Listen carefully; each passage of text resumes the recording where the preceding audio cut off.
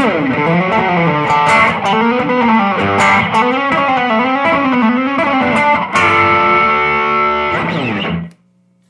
up, guys? If you don't know me yet, if you're new here, my name's Alex. I'm a multi-instrumentalist. I play guitar, violin, viola, anything with strings, really. So while I was in school, I was studying under two very accomplished classical musicians. My violin teacher went to the Eastman School of Music for his performance certificate, among various other accolades that I don't need to name. My guitar teacher was the assistant principal cellist of the Pittsburgh Symphony for nearly 50 years, I believe. And during this time, I wasn't taking electric guitar lessons, but I would take the ideas that were presented to me in my lessons with these two teachers and try to apply some of these concepts to electric guitar. And today I want to share with you 5 ideas to take from classical musicians when you're learning tough passages. So first off, guys, I wanted to show you the lick I'm going to be using as an example throughout this video. If you know me, if you followed me for a bit, you know that I've been trying to work on my rock guitar solos for the last year or so. Speaking of which, if this video interests you at all, hit that subscribe button right now. And I'll get to it. This is just kind of a Joe Bonamassa style pentatonic lick.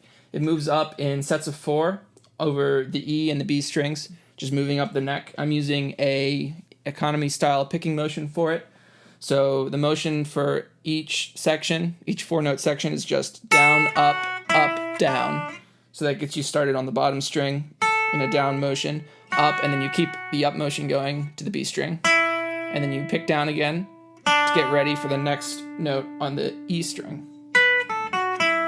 Basically, you're playing 4 notes in a pentatonic shape and then moving up to the next pentatonic shape, and you're just going to keep repeating that all the way up the neck. This is in the key of D if you want to follow along.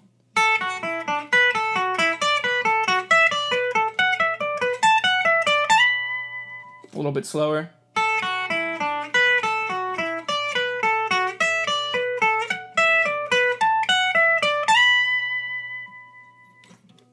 And now I'll get into the 5 tips we can take from classical musicians.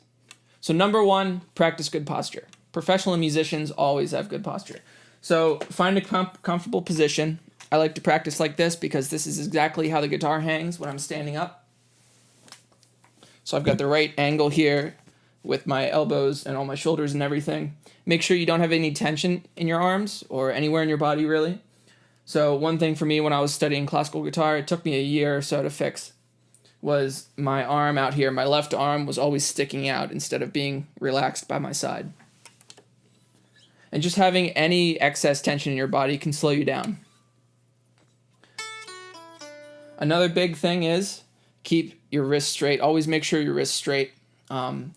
When you get up on the neck, and especially if you're reaching over to the top string to play passages, if you're wearing your guitar too low, you're going to bend your wrist here a lot, and it's going to create tension, and it's going to slow you down. A really good tool for this is if you have a mirror nearby that you can practice in front of.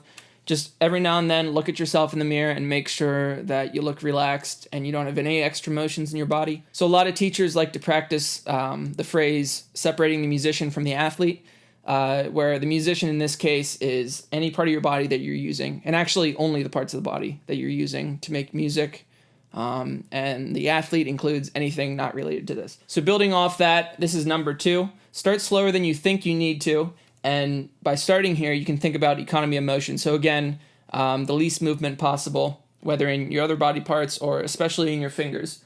So we're going to start off at 80 beats per minute.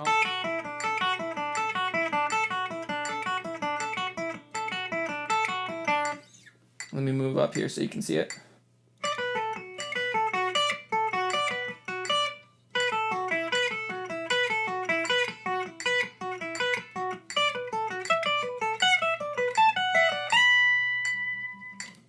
So if you can look at my fingers, you can see that there's no extra movement going on besides exactly what I need. So keep your fingers close to the fretboard and practice it slow, exactly how you're going to need to be able to play it when you're playing fast. So play it slower than you think you need to at first, and then gradually speed up from there.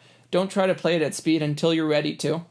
Playing it faster than you're comfortable with will start ingraining bad habits, and it's harder to erase a bad habit than it is just to learn it correctly from the first time. Number 3 deals with the performance of it. In your practice, learn the lick faster than you're going to need to play it, because tempo is intrinsically related to your heartbeat. And in the moment on stage with nerves and your heart's going to be beating faster, and chances are you might speed up a little bit. Even in professional orchestras, you see this. I can think of a couple times I've been playing with amazing players, way better than me, and we get to a difficult passage, and I'm glad I've practiced it fast, because sure enough, during the performance, everyone's excited, and it just keeps speeding up and speeding up. Additionally, you're going to be more comfortable at slower tempos for this. So my goal is 200 beats per minute. I'm going to shoot for maybe 210, and right now I'm starting at 80.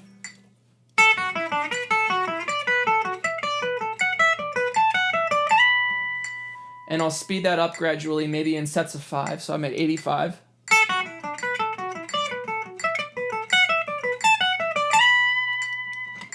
So we'll skip through all that. I'm pretty comfortable at 140 beats per minute right now. If I can play it cleanly and consistently a few times in a row, I'm going to bump it up to the next level.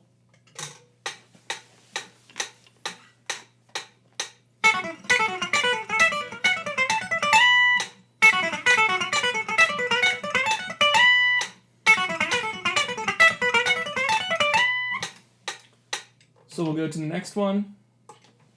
We're at about 140 now, 144.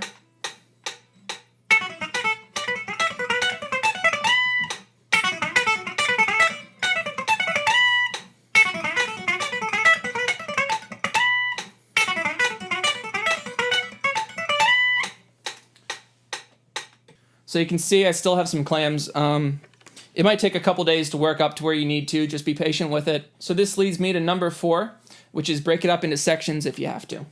Right? We're talking about 4-note sections of the lick, which are pretty nicely divided up into each position.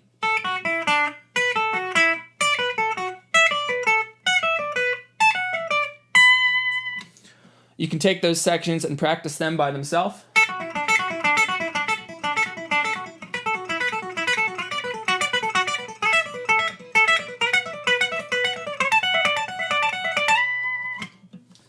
And you can also break them up to isolate the shifts. So right now you're focusing on your right hand pretty much.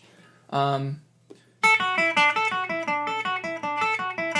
by breaking it up that way, you're focusing on your right hand and getting that in tune with your left hand and getting it all synchronized.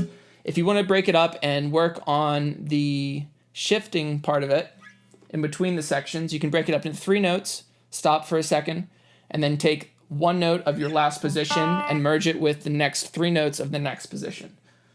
So just like this.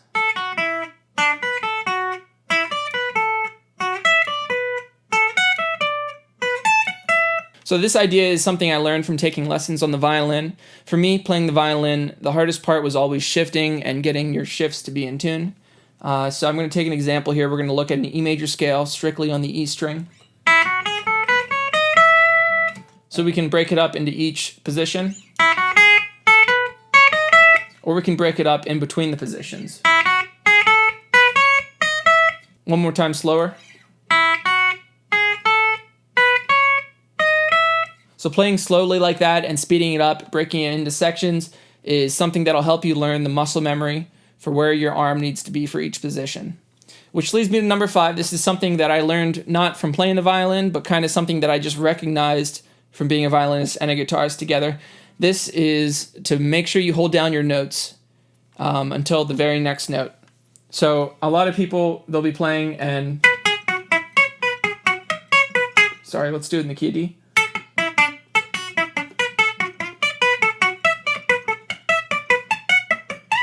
Playing it staccato might sound cool in some applications, but if you want it to sound smooth when you're playing it fast, when you're learning it slow, you have to play it smooth, exactly like that.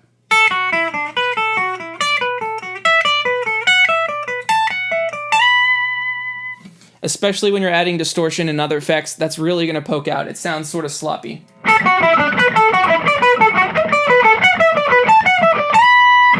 So when you're playing it staccato like that, you can hear a lot of the noise in between the notes and a lot of the noise from the pick also. Whereas when you're playing it smooth,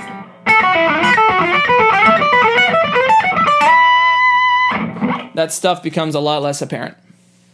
So guys, that was my 5 tips that I've learned from playing classical music. If this has helped you at all, make sure you hit that subscribe button down below. Maybe hit the like button as well. I do these videos every Tuesday at 4 o'clock, so hopefully you'll be seeing more from me soon, and I'll catch you next time.